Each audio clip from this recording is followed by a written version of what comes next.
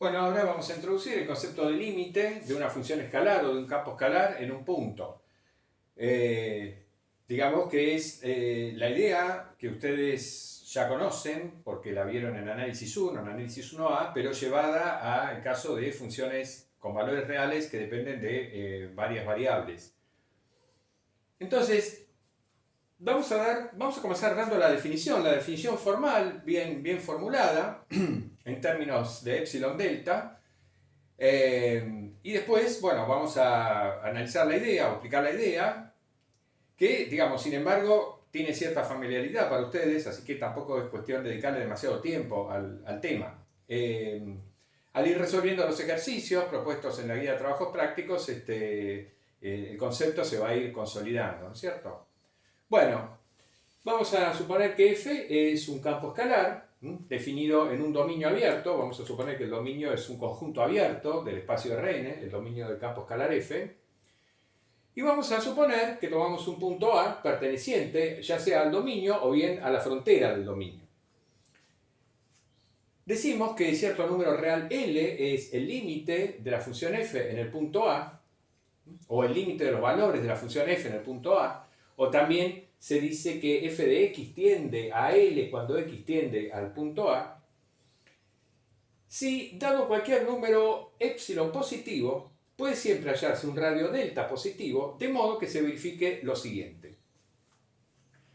Si x es un punto cualquiera en el dominio de D, pero que cumple esta condición, es decir, que la distancia de x al punto A es menor a delta, y el punto x no es el punto A, entonces la distancia de f de x a L es menor a epsilon. Acá lo que yo estoy diciendo es lo siguiente. Si el punto X está en la bola reducida del centro A y radio delta y al mismo tiempo en el dominio del campo escalar F, entonces el valor de F en el punto X dista de L en un radio menor a epsilon. La distancia de f de x a L es menor a epsilon. O sea que f de x está entre L menos epsilon y L más epsilon. F es un campo escalar, es decir, una función con valores reales. Entonces, esto que tenemos acá es el módulo de la diferencia entre dos números reales. F de x es un número real y L es un número real. Acá lo que tenemos es la norma del punto x menos el punto A. O sea, x y A están en Rn, por supuesto. Bueno, una primera cuestión importante. El punto A puede pertenecer al dominio o no. Como D es un conjunto abierto, si está en la frontera no pertenece al dominio D. Entonces, esto que tenemos acá pretende ilustrar la idea. Pretende ilustrar la idea que estamos formulando en general para un campo escalar de n variables. Acá lo estamos tratando de ilustrar, por supuesto, para el caso de un campo escalar de dos variables. Entonces, supongamos que tenemos un campo escalar de dos variables definido en un abierto D, ¿no? Como tenemos acá, pero ahora n es igual a 2. Entonces D es un dominio abierto en el plano XY. Y que tomamos un punto A en el dominio o bien en el borde del dominio. Acá, por ejemplo, lo estamos tomando en el borde del dominio. Un punto A, x0 y 0. Bien, ¿qué quiere decir que el límite del campo escalar f o de la función f en el punto A sea el número real L? Supongamos que L es el límite, que este número real L que tenemos acá, es el límite del campo escalar f en este punto A. ¿Eso qué significa? Significa que si yo elijo cualquier epsilon positivo, no importa lo chiquito que sea, cualquier número real positivo epsilon, por pequeño que sea, siempre voy a lograr encontrar un radio delta de modo tal de que si yo considero un punto que está dentro del dominio de D, pero también que está dentro de la bola reducida con centro en A y radio delta, entonces el valor de la función en ese punto siempre va a caer dentro de este intervalo. Es lo que tenemos acá. Si x pertenece a D y x está en la bola reducida de centro A y radio delta, es decir, si está en esta parte sombreada en verde x, entonces f de x menos L en módulo es menor a epsilon. Es decir, f de x va a caer dentro de este intervalo, con centro en L y radio epsilon. Eso es lo que me está diciendo esta definición, ¿no? Esto está ilustrando lo que me dice la definición. Esa es la idea del límite. Vamos a escribir este símbolo conocido, ¿no?, para indicar que L es el límite de f en el punto A. En este caso, por supuesto, la norma de x menos a, o sea, acá x flechita, en este caso es el punto xy. Entonces, xy menos, la norma de xy menos el punto A, que sería la norma de xy menos x0 y 0, bueno, es esto que tenemos acá, ¿no? Entonces, esta raíz cuadrada es exactamente esto. Entonces, si se cumple esto, si se cumple que la norma de xy menos x0 y 0 es menor a delta, es mayor a 0, entonces en valor absoluto f de xy menos L es menor a epsilon, ¿no?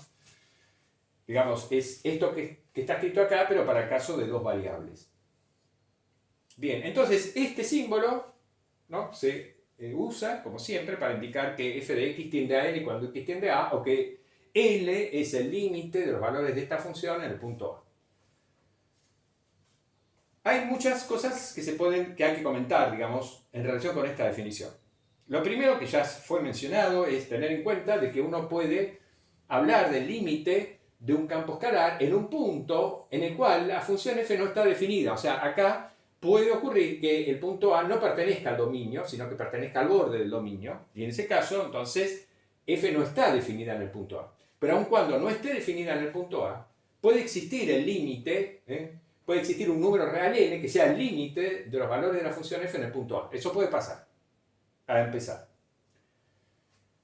Y después también conviene ir pensando qué significaría la negación de esta definición.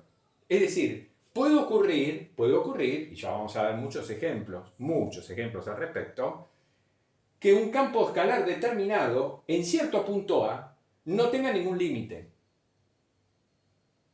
Eso puede ocurrir. Es decir, que no exista ningún número real L para el cual se cumpla esta condición con el punto A dado. O sea, que en el punto A f no tiene límite. ¿Qué significa eso? ¿Qué significaría esa no existencia de límite en el punto A? Significaría que cada vez que yo proponga, si yo propongo cualquier número real L como posible límite de la función f en el punto A, me falla algo de esta definición. Algo falla.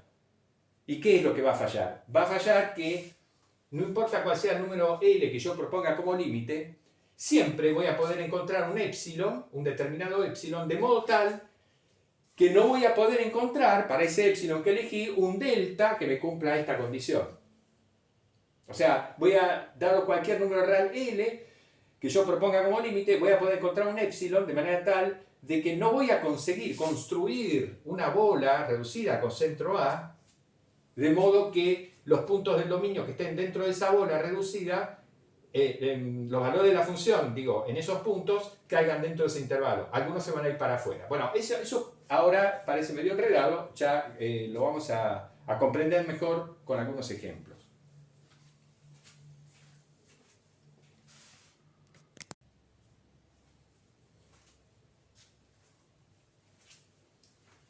Bueno, algunas observaciones o comentarios sobre la definición anterior. Ya dijimos que hicimos notar el hecho de que el punto donde uno toma el límite de un campo escalar puede no pertenecer al dominio, es decir, f no tiene por qué estar definida en el punto A. También dijimos que puede ocurrir que no exista límite de una función en un determinado punto. Ahora, si existe el límite de campo escalar f en el punto A, dicho límite es necesariamente único. Es decir, un campo escalar, una función real, f, en un punto dado de su dominio, del borde de su dominio, no puede tener dos límites distintos. Si tiene límite, tiene uno solo. Si existe el L es único. ¿Por qué es así? Bueno, no hace falta hacer una demostración formal, simplemente con un dibujo nos podemos ayudar a entender por qué necesariamente el límite tiene que ser único si existe, no puede haber dos límites. Supongamos que una función, supongamos que f en el punto A tuviera dos límites distintos, el límite L1 y L2. Entonces, L1 y L2 son dos números reales, esta es la recta real, diferentes. Si son dos números reales diferentes, yo voy a poder encontrar un epsilon suficientemente pequeño, de modo tal de que el intervalo abierto con centro en L1 y radio epsilon y el intervalo abierto con centro en L2 y el mismo radio de epsilon sean disjuntos entre sí. No importa lo cerquita que esté L1 de L2, siempre voy a poder encontrar un epsilon suficientemente pequeño para poder lograr que esos dos intervalos sean disjuntos, que no tengan puntos en común. Bueno, muy bien. Si yo digo que L1 es límite de f en el punto A, entonces puedo encontrar un cierto radio delta 1 de modo tal de que los puntos que están en el dominio de la función y dentro de la bola, supongamos que esta es la bola con centro en A y radio delta 1, los puntos que están dentro de esta bola y en el dominio, los valores de f en esos puntos tengan imágenes, digamos, que esos puntos tengan imágenes dentro de este intervalo. ¿Estamos? Como L1, repito, estoy diciendo que es límite de f en el punto A, puedo encontrar un radio delta 1 de modo tal de que los puntos del dominio que están dentro de la bola reducida con centro A y radio delta 1 tengan imagen que caiga ahí adentro. El valor de f en esos puntos cae ahí adentro. Y como también digo que f tiene límite, que L2 es límite de f en el punto A, también voy a encontrar un radio delta 2, eventualmente con centro en A, de modo tal de que los puntos que estén dentro de esta bola y dentro del dominio tengan imagen que cae ahí. Bueno, ¿qué pasa entonces? Si yo considero alguno de los dos radios, digamos, tomo la intersección entre las dos bolas, supongamos que en este caso sería esta, digamos, dije el delta 2, supongamos más chiquito que el delta 1. Bien, entonces, ¿qué pasa si tomo un X que está acá, donde está sombreado en rojo? Ese X pertenece a ambas bolas y pertenece al dominio. Cuando evalúo f en ese punto X, ¿qué va a pasar? F en X va a tener que caer acá y f en X va a tener que caer ahí, lo cual es absurdo, por supuesto, porque f de X es un único número. Si está acá, no puede estar acá. Bueno, entonces, de esa manera sencilla, uno se convence de que necesariamente el límite, en caso de existir, es único. Después, otra observación que surge inmediatamente a partir de la definición es que, digamos, decir que el límite de campo escalar f en el punto A es el número L equivale a decir que el límite en el punto A del módulo de f de x menos L es igual a 0. Bueno, eso cae de maduro por la definición, ¿no? Estas dos cosas son equivalentes, ¿no? Bien. Después, otra observación trivial a partir de la definición es la siguiente. Si una función campo escalar f es constante sobre su dominio, ¿tá? Si f de x es igual a cierto número real c para todo x en el dominio, acá estoy diciendo que el campo escalar f es constantemente igual a c sobre su dominio, entonces el límite existe del campo escalar en todo punto A del dominio o del borde del dominio, y ese límite es la misma constante. O sea, en otras palabras, el límite de una constante es la misma constante. Bueno, eso cae de maduro, es inmediato a partir de la definición. El hecho de, digamos, cuando tomo el módulo de f de x menos la constante c, resulta que ese módulo ya es 0 para todo x dentro del dominio, y entonces, bueno, es trivial ver que por definición, digamos, epsilon delta, el límite de f de x es la constante en este caso.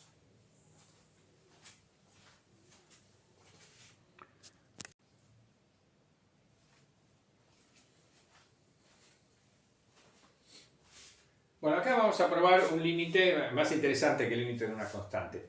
Supongamos que A es un punto en Rn, cualquier punto, que K es una constante positiva y M es cierto número natural. Entonces, el límite para x tendiendo a A de esto, el producto de la constante K por la norma de x menos A elevado a la M, a la potencia mésima, es igual a 0. Este límite vale 0 para x tendiendo a A. Claro, si uno lo mira, dice, sí, obvio, ¿cómo no va a tender a 0? Si x tiende a A, la norma de x menos A tiene que tender a 0. Por supuesto que sí, es obvio.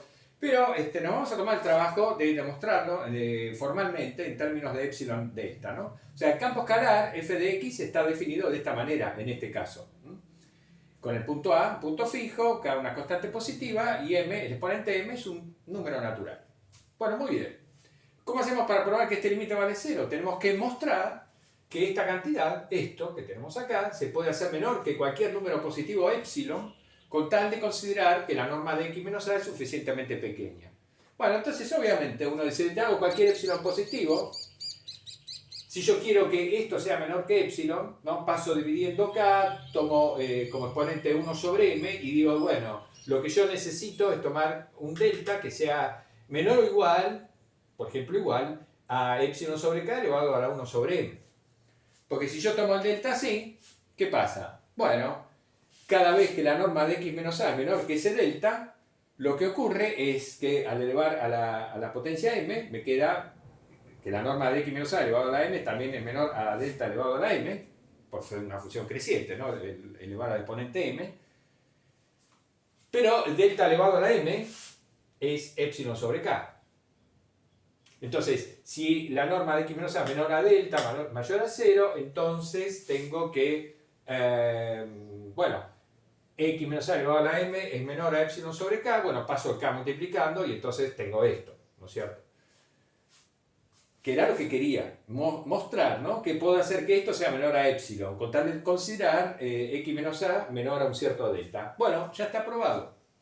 Está probado, un límite sencillo, ya está probado. Es un límite sencillo, pero es importante este límite.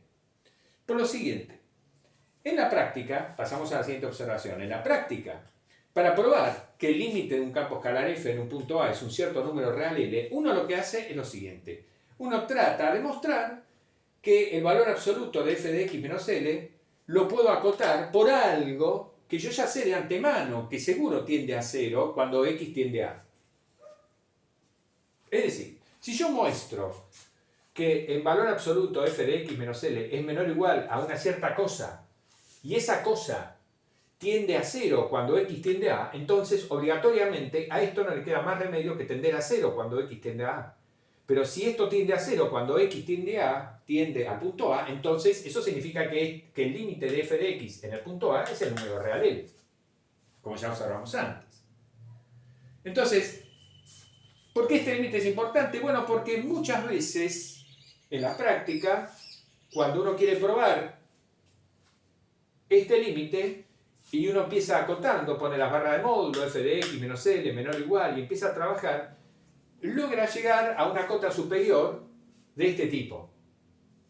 Muchas veces. A veces no, porque puede ocurrir que el límite no valga, sea mentira, pero digo, en muchas ocasiones en donde realmente el límite es L de f de x en el punto A, entonces uno logra acotar esta diferencia, el módulo de esta diferencia, por algo de este tipo. Si llegó a eso, si pudo hacer eso, entonces ya sabe que el límite realmente que vale este límite, porque ya pudo acotar esto por algo, esto en este caso, que tiende a 0 cuando x tiende a A.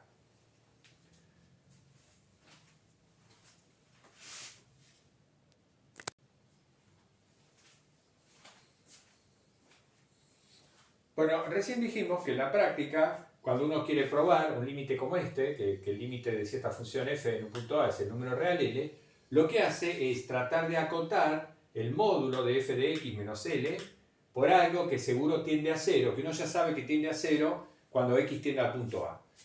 Bien, este lema técnico, digamos, lo que está haciendo es justificarme ese procedimiento. Lo podemos denominar así, la propiedad del sándwich, porque en realidad esa es la idea. El módulo de f de x menos L es siempre mayor o igual a 0, obviamente. Si está acotado por algo que tiende a 0, bueno, es como que este módulo es el jamón del sándwich. Yo voy apretando así, entonces finalmente, bueno, todo queda pegado, ¿no? Esto queda pegado a 0, es decir, tiene límite 0 y por lo tanto el límite, por lo tanto vale este límite. Bueno, pero esta es la formulación precisa, digamos, de esa idea. Entonces, sea un campo escalar f, definido en un dominio abierto, acá D es un dominio abierto, tomemos un punto A, que está en el dominio o bien está en el borde, y sea L un número real cualquiera. Supongamos que existen una cierta función phi de Rn a R y un radio R positivo, de manera tal de que se cumplen estas dos condiciones. Bueno, la primera me dice que f de x menos L es módulo menor o igual a phi de x para todo x del dominio de la función f que esté dentro de la bola reducida con centro A y radio de este radio que tenemos acá. O sea, lo que estamos diciendo es que existe algún radio de modo tal de que vale esta acotación. Esta acotación vale por lo menos cerca del punto A, eso estamos diciendo. Para todo x cerca del punto A vale esta acotación. Y lo segundo que sabemos, la segunda hipótesis, es que el límite de esta función es 0 para x tendiendo a. O sea que phi de x tiende a 0 cuando x tiende a. Pero todas estas son las hipótesis. ¿Tá? ¿Cuál es la tesis? Bueno, que el límite de f de x en el punto A es el número real n. Si se cumple esto, vale ese límite. Entonces esta es la formulación, digamos, pesada, digamos, porque acá está todo prolijamente formulado, con todas las hipótesis y demás. Como la idea es clara, digamos, también la demostración es clara, bien sencilla. Acá hacemos la demostración. Tenemos que demostrar que vale esto, esta es la tesis, queremos demostrar este límite. Bueno, entonces tomamos un epsilon positivo cualquiera. Por la condición 2, por la hipótesis 2, como el límite de phi de x en el punto A vale 0, podemos elegir un delta positivo, y podemos suponer que ese delta es menor que este R que tenemos acá, de modo que en valor absoluto phi de x sea menor que epsilon si se cumple esto. ¿Por qué? Bueno, por este límite. Si vale este límite, entonces dado cualquier epsilon puedo encontrar un delta positivo, de manera tal de que si pasa esto, pasa esto. Bueno, pero entonces, si yo tomo un punto x, en el dominio de campo escalar f, y que cumple esta condición, ¿qué va a pasar? Como cumple esta condición, ¿no? Y como delta es menor que r, por el punto 1, por la condición 1, por el punto 1, sabemos que el valor absoluto f en x menos L va a ser menor o igual a phi de x, por esto que tenemos acá. O sea, por un lado tenemos esto, ¿no? Si x está en el dominio D y en la bola reducida con centro A de radio delta, como tomamos el delta menor a R, x también está acá. Y por lo tanto se cumple esta acotación, que es lo que estamos diciendo acá. Pero por otro lado, porque por el delta que hemos elegido, sabemos que esto me implica también esto, por lo tanto tengo que phi de x, que es igual al módulo de phi de x, por supuesto, porque esto me está diciendo que es positivo, no negativo, esto es menor que epsilon. En definitiva, entonces, tomé un epsilon positivo cualquiera y concluí que puedo elegir un delta, siempre puedo encontrar un delta positivo, de modo tal que si se cumple esto y esto, entonces el módulo f de x menos L es menor que epsilon. Y eso me indica que vale este límite. Bien, en el próximo video vamos a ver algunos ejemplos y vamos a también a avanzar con el tema de la no existencia de límite.